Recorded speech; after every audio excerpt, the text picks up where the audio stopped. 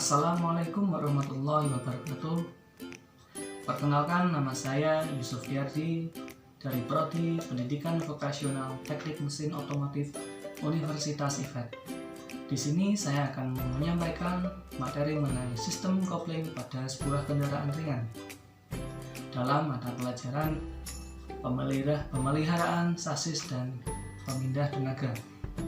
Sebelum saya lanjutkan ke materi, saya akan menyampaikan tujuan pembelajaran pada materi sistem kopling ini. Adapun tujuan pembelajaran yang pertama adalah peserta didik dapat memahami fungsi kopling dan kelengkapannya. Kemudian peserta didik dapat menyebutkan jenis-jenis kopling pada sebuah kendaraan. Yang ketiga, peserta didik dapat memahami komponen-komponen kopling dan peserta didik dapat mendeskripsikan cara kerja pada sebuah sistem kopling.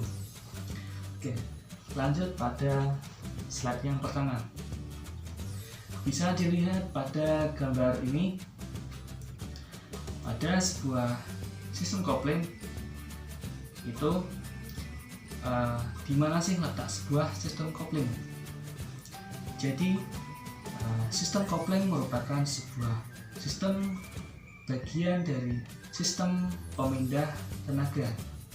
Ada transmisi, ada kopling sendiri, kemudian propeller, kemudian ada gardan, dan disalurkan ke roda-roda.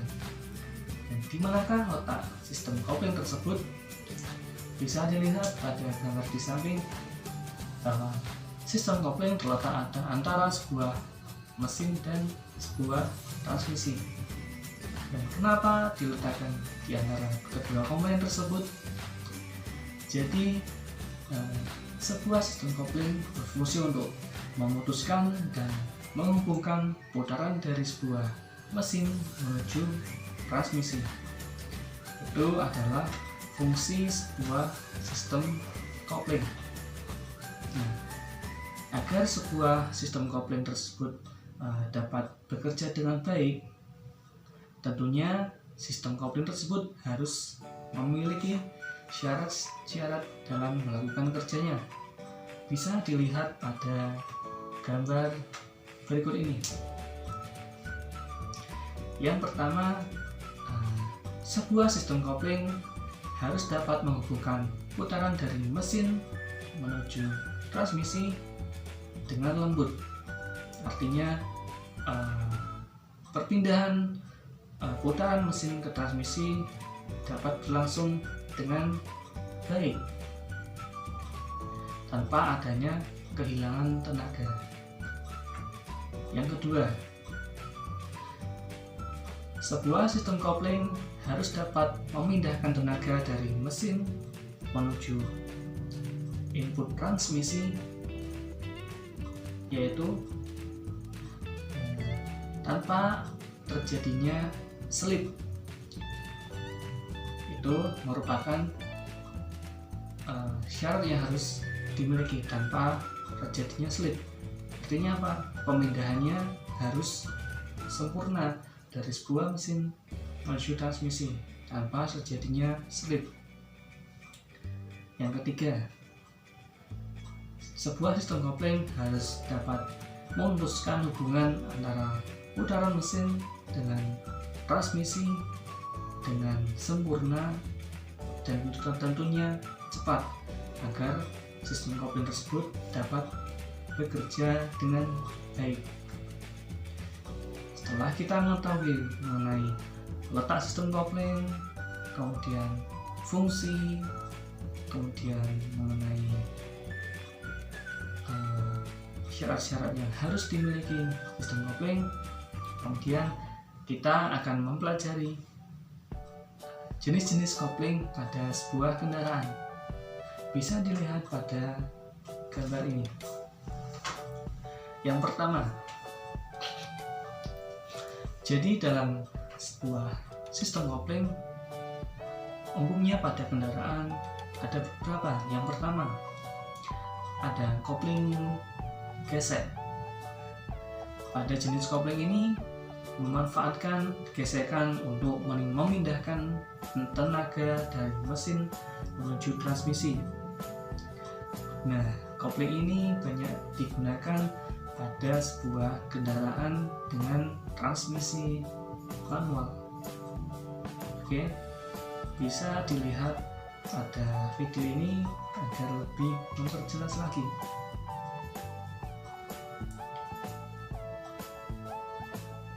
Oke, jadi berdasarkan gambar ini,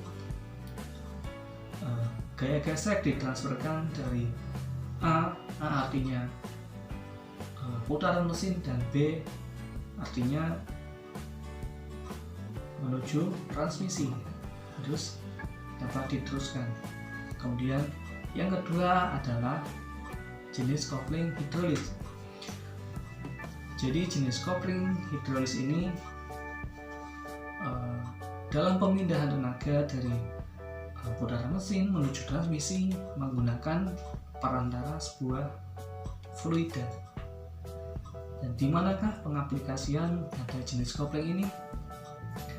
Jadi jenis kopling ini diaplikasikan pada sebuah kendaraan dengan tipe transmisi otomatis.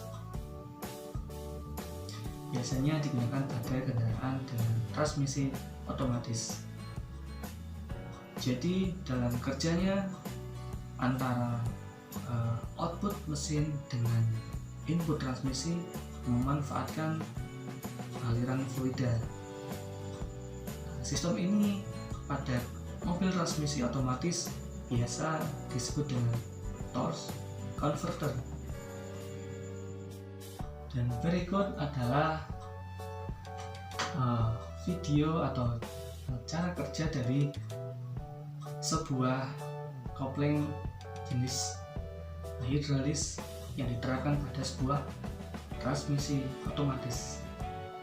Bisa dilihat pada video ini. Jadi fluida digunakan sebagai media untuk mentransfer tenaga dari putaran mesin ke transmisi.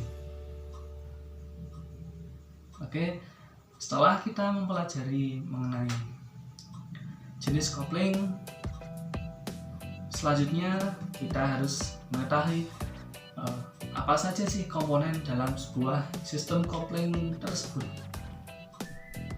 Bisa dilihat pada gambar ini. Jadi umumnya pada sebuah sistem kopling memiliki yang pertama ada sebuah pedal kopling, kemudian release cable, ada release valve, kemudian ada release bearing, kemudian diafragma spring, pressure plate, dan sebuah kampas kopling sendiri. Dan di mana komponen-komponen tersebut berfungsi untuk mentransferkan energi mekanik dari injakan pedal kopling yang akan diteruskan menuju release valve untuk mengontrol sebuah kopling, untuk membebaskan atau memutuskan putaran dari mesin menuju sebuah transmisi. Nah, bisa dilihat dalam gambar ini sebuah clutch disc atau biasa disebut dengan kampas kopling. Umumnya komponennya adalah seperti ini. Bisa dilihat pada gambar slide ini. Komponen tersebut diantaranya adalah ada facing atau kampas kopling, kemudian ada clutch hook, kemudian ada cushion plate di dalam sebuah kampas kopling tersebut, kemudian ada torsion damper, dan tentunya dalam menyatukan komponen antara cushion plate atau cushion plate dengan kampas kopling atau facing itu menggunakan sebuah rivet. Oke, untuk gambar nyatanya atau objek nyatanya adalah seperti ini.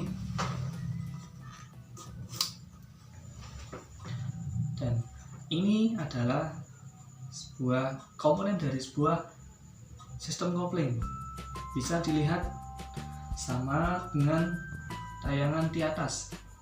Nah, ini sering disebut dengan phasing atau sebuah kampas kopling. Kemudian di dalam sebuah kampas kopling ini ada cushion plate. Cushion plate diletakkan di tengah, kemudian di rivet atau paku poling disatukan,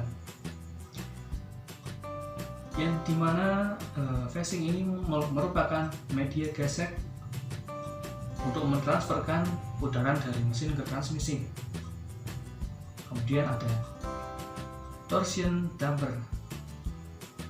Bisa dilihat pada slide ini, torsion damper berfungsi untuk meredam kejutan saat kopling pertama kali dihubungkan.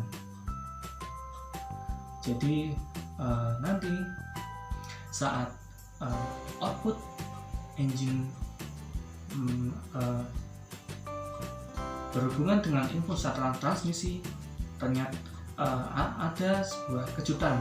Nah, kejutan itu akan diserap oleh torsion damper agar lebih lembut dalam pemindahannya.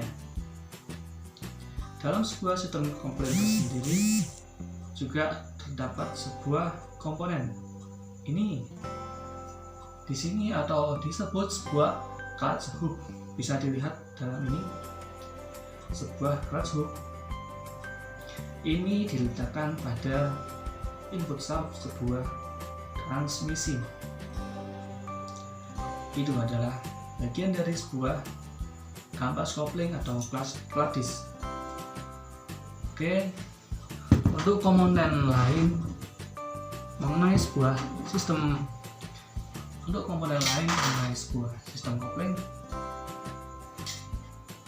ini ada diafragma spring, kemudian ada pressure plate, dan ini nanti akan dihubungkan dengan sebuah kampas kopling. Ini diletakkan di output shaft sebuah mesin. Bisa dilihat pada tayangan slide tayangan ini. Setelah kita mengetahui komponen dan fungsinya, kemudian lalu apa sajakah maksudnya bagaimanakah sistem pengontrolan pada sebuah sistem kopling? Umumnya dalam pengontrolan sistem kopling terdapat beberapa jenis. Ada dua. Yang pertama bisa dilihat adalah pengontrolan sistem kopling dengan mekanis. Nah, pada tipe ini tenaga penginjakan pedal kopling untuk membebaskan sebuah kopling melalui release valve ini masih menggunakan release cable atau menggunakan kabel kopling. Jadi sistem kopling jenis mekanis ini mempunyai komponen yang pertama, pedal kopling. Bisa dilihat pada gambar ini. Kemudian ada release cable, release valve, release bearing, diafragma spring, kemudian pressure plate dan clutch disc itu sendiri. Jenis kopling ini atau pengontrolan jenis mekanis ini mempunyai kelebihan konstruksi yang sederhana dan lebih mudah dalam perawatannya. Pada sistem pengontrolan kopling jenis mekanis ini juga mempunyai kekurangan, yaitu kerugian tenaga akibat gesekan itu yang dihasilkan lebih besar. itu merupakan kekurangan dari sebuah kopling dengan pengontrolan tipe mekanis. Jenis kopling ini biasanya digunakan pada kendaraan-kendaraan lama atau tahun 2000-an. Kemudian jenis pengontrolan yang kedua ada jenis pengontrolan tipe hidrolis. Dalam sistem ini sudah menggunakan sistem hidrolis atau fluida untuk meneruskan gerakan pedal kopling menuju release fork untuk membebaskan sebuah kopling dari putaran mesin. Komponennya relatif sama, antara lain pedal kopling, kemudian yang tadi release cable sudah menggunakan diganti dengan pipe atau pipa dengan master cylinder, kemudian ada release cylinder, kemudian release fork, release bearing, diafragma spring, pressure plate, dan kelak disk sendiri.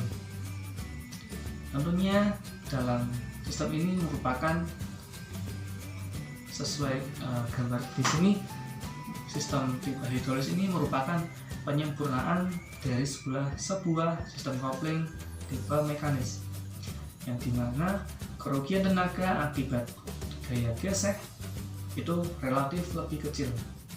Artinya tenaga dari putaran mesin menuju transmisi saat kopling bekerja itu dapat bekerja dengan sempurna tanpa kehilangan tenaga akibat gesekan. Dan tentunya dalam sistem kopling ini juga mempunyai komponen yang sedikit lebih rumit dan mempunyai kekurangan. Jika ada kebocoran dalam sistem ini, maka sistem kopling akan terganggu, atau biasa disebut dengan sistem ini masukan udara itu bisa sangat mengganggu dalam kerjanya. Cara kerjanya juga prinsipnya sama dengan tipe mekanis, bisa dilihat pada gambar ini. Jadi pada tipe ini digerakkan pedal kopling. Jadi pedal kopling digerakkan oleh pengemudi, dirubah menjadi tekanan hidrolis oleh master cylinder, kemudian diteruskan menuju release cylinder yang tekanannya tadi outputnya adalah push rod untuk menekan sebuah release fork agar nantinya diteruskan menuju diafragma spring, pressure plate, dan nantinya akan membebaskan sistem kopling. Oke. Kemudian setelah kita mengetahui mengenai pengontrolan sistem kopling, kita akan mempelajari bagaimanakah cara kerja sebuah sistem kopling tersebut. Jadi bisa dilihat pada gambar ini,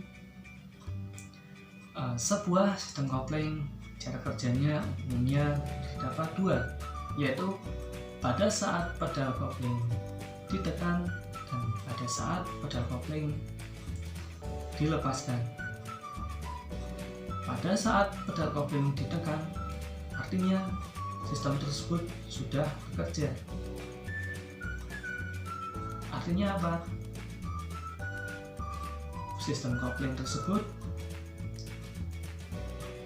bebas dari putaran mesin. Artinya percepatan sudah siap untuk dipindahkan. Saat kita saat kita menekan pedal kopling, kemudian tenaga tersebut diteruskan menuju release cable, release fork, release bearing, menekan diafragma spring pada gambar di sini, kemudian mengakibatkan press plate terdorong ke belakang sehingga kampas kopling dapat dibebaskan dengan baik. Itu prinsip yang pertama pada sebuah sistem kopling pada saat pedal ditekan. Bisa kita bayangkan kalau tidak ada sistem kopling, maka kita akan kesulitan tentunya dalam pemindahannya, dalam melakukan pemindahan percepatan 1, 2, dan seterusnya. Oke, yang kedua, pada saat pedal kopling dilepas. Artinya apa? Pada saat pedal kopling dilepas, maka sistem kopling tersebut berhubungan dengan putaran mesin yang akan diteruskan menuju transmisi. Seperti itu. Itu merupakan cara kerja pada sebuah kopling. Dan intinya prinsipnya adalah mentransferkan energi mekanik dari pedal kopling tadi untuk membebaskan kopling dari putaran sebuah mesin atau sebuah engine. Nah, bisa dilihat pada slide ini, itu adalah sistem kopling dengan pengontrolan hidrolis. Cara kerjanya sama, intinya adalah seperti itu pada sebuah sistem kopling. Nah, tentunya dalam sebuah sistem kopling harus juga harus memperhatikan pemeliharaan pada sebuah sistem kopling itu sendiri. Tujuannya agar sistem kopling tersebut dapat bekerja dengan baik saat beroperasi tanpa adanya masalah apapun, sehingga sistem tersebut dapat bekerja dengan maksimal. Oke, yang pertama untuk pemeriksaan pada sebuah sistem kopling adalah dengan memeriksa ketebalan kampas kopling. Sebentar. Nih, dengan memeriksa kedalaman kampas kopling. Jadi pemeriksaannya menggunakan sebuah jangka sorong. Nah, dari hasil pemeriksaan tersebut disesuaikan dengan standar dari setiap pabrikan, dan umumnya minimum adalah dengan kedalaman 0,3 mm. Oke.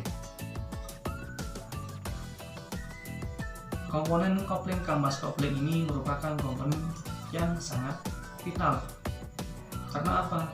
Ini juga merupakan komponen yang utama berfungsi untuk mentransferkan tenaga dari mesin ke transmisi dengan lembut tanpa adanya slip. Bisa kita bayangkan kalau kopling slip, maka tenaga dari mesin tidak akan tertransfer pada roda-roda dengan baik. Oke. Kemudian pemeriksaan yang kedua adalah pemeriksaan clutch cover. Clutch cover yang diantaranya pemeriksaannya adalah pada diafragma spring dengan memeriksa kedalaman dan juga lebar. Bisa dilihat pada gambar ini, memeriksa kedalaman bisa dilihat pada huruf A, kemudian lebar bisa dilihat dengan huruf B. Dengan spesifikasi maksimum dengan kedalaman maksimum adalah 0,5 mm dan lebar maksimum 6 mm. Dan jika sudah melebihi itu, maka komponen kopling harus diganti atau clutch cover ini harus diganti sehingga dapat bekerja dengan maksimal.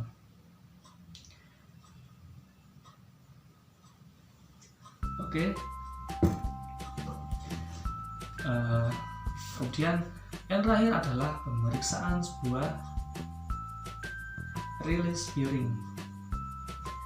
Release bearing nanti akan bersinggungan dengan diafragma spring dalam kerjanya. Jadi dalam pemeriksaannya hanya diperiksa dengan, pada gambar di sini hanya diperiksa dengan memutar bantalan dengan tangan sambil memberikan tekanan pada arah aksial, apakah release bearing tersebut dapat berputar sempurna tanpa adanya sebuah hambatan. Jika sudah sesuai dengan spesifikasi dapat berputar dengan sempurna tanpa hambatan, berarti komponen tersebut dalam keadaan baik. Dan jika sudah terdapat hambatan, tidak dapat berputar dengan baik, artinya komponen tersebut harus diganti karena akan mempengaruhi kerja dalam sebuah sistem kopling tersebut.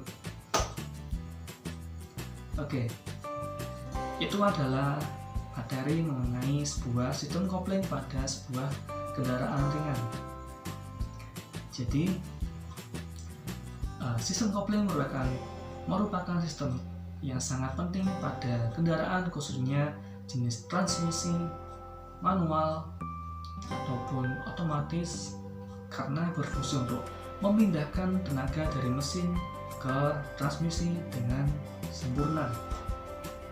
Itu adalah kunci utama dalam sebuah sistem kopling. Semoga pembelajaran mengenai sistem kopling ini dapat bermanfaat untuk kita semua. Terima kasih sudah menyimak video ini dengan baik. Semoga bermanfaat, dapat menambah pengetahuan, kemudian pengalaman. Akhir kata dari saya,